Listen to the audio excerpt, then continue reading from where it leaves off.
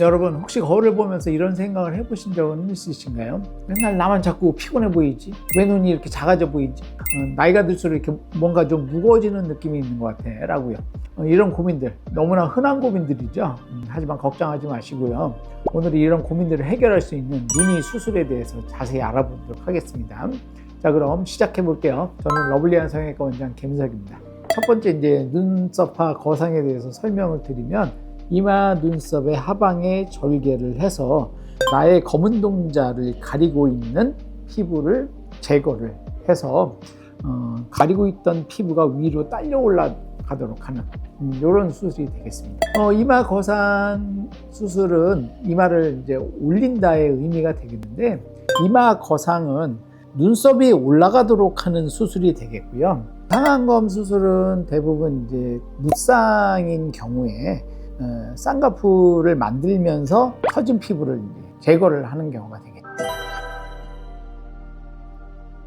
그렇죠. 이제 상안검 성형이 되는데 피부를 많이 제거한다의 의미보다는 이제 검은 동자를 조금 더 노출시키는 눈매 교정이라든지 일반적인 쌍꺼풀을 만든다든지 이런 것들을 이제 주로 하시게 되고, 이제 좀 안타까운 경우가 있는데, 이제 눈매 교정이 워낙 보편화되다 보니까 내가 이제 이마를 많이 움직이고 검은 동자가 작게 보이니까 눈매 교정을 꼭 해야겠다 해서 이제 눈매 교정을 말씀을 하신 경우가 있거든요.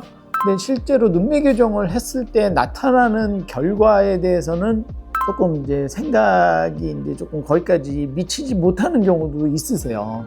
어떤 경우냐면 이마를 움직이지 않았을 때는 그럼 어떻게 되느냐, 이마에 주름이 없어졌을 때는 어떻게 되느냐를 생각해 보셨어요? 그 모양이 이렇게 나옵니다 하면 갑자기 이거는 아닌데요 라고 하시는 경우가 있거든요. 그 상황이 뭐냐면 이마 눈썹과 눈과의 간격이 좁은 경우예요. 쌍꺼풀이 없고 이마로 눈을 뜨는 경우에는 눈썹과 눈과의 간격이 넓어 보여요. 그리고 이제 종종 거울을 내려다보시는 분들이 계시는데 더 넓어 보입니다. 그럼 나는 여기 간격이 넓다라고 생각을 하고 좁아진 모습을 잘 모르세요.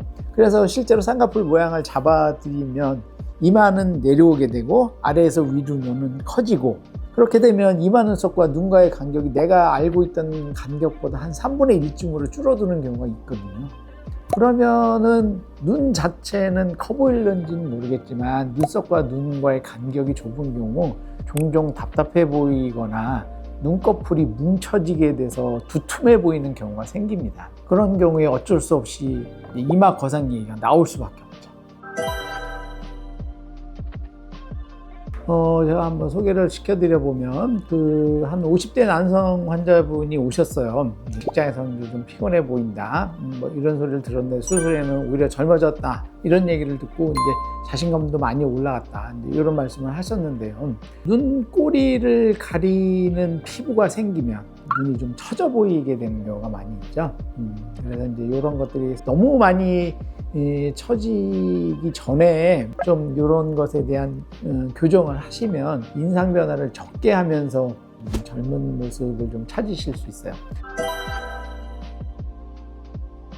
실밥을 뽑는 기간은 5일에서 한 7일 정도는 되겠지만, 수술을 받으시는 연령대 분께서는 사회적으로 활동을 또 액티브하게 하시는 경우가 많이 있거든요. 실밥을 뽑고 나서 뭐 이제 헬스를 한다든지 지팡이를 질 정도의 이제 산행을 한다든지 골프 스윙을 한다든지 이렇게 되면 이제 힘주면서 눈을 질끈 감는 경우도 좀 있으시잖아요. 그리고 이제 운동을 하고 나서 샤워라든지 사우나라든지 이런 걸 하면서 남자분들은 좀 과격하게 세안을 하시는 경우가 많이 있죠.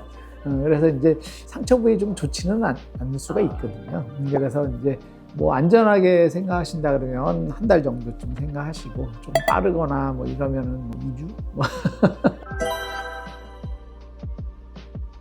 이마 거상은 실밥을 뽑는 기간이 조금 더 길기는 하지만 오히려 수술의 자국이 머리카락 안에 숨겨져 있고 하기 때문에 열흘 정도만 고생하시면은 조금 더 개운한 느낌의 인상을 만드실 수 있을 겁니다. 네, 여러분 오늘 눈이 수술에 대해서 자세히 알아봤는데요. 어떠셨나요?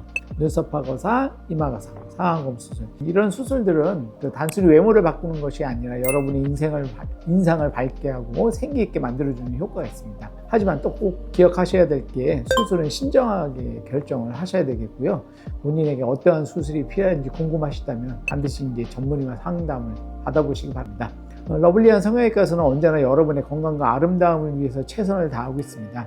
오늘 영상이 도움이 되셨다면 구독과 좋아요 부탁드리고요. 여러분의 관심이 저희에게는 큰 힘이 되고 있습니다. 다음에도 좀 더 유익하고 재밌는 정보를 찾아뵙도록 하겠고요.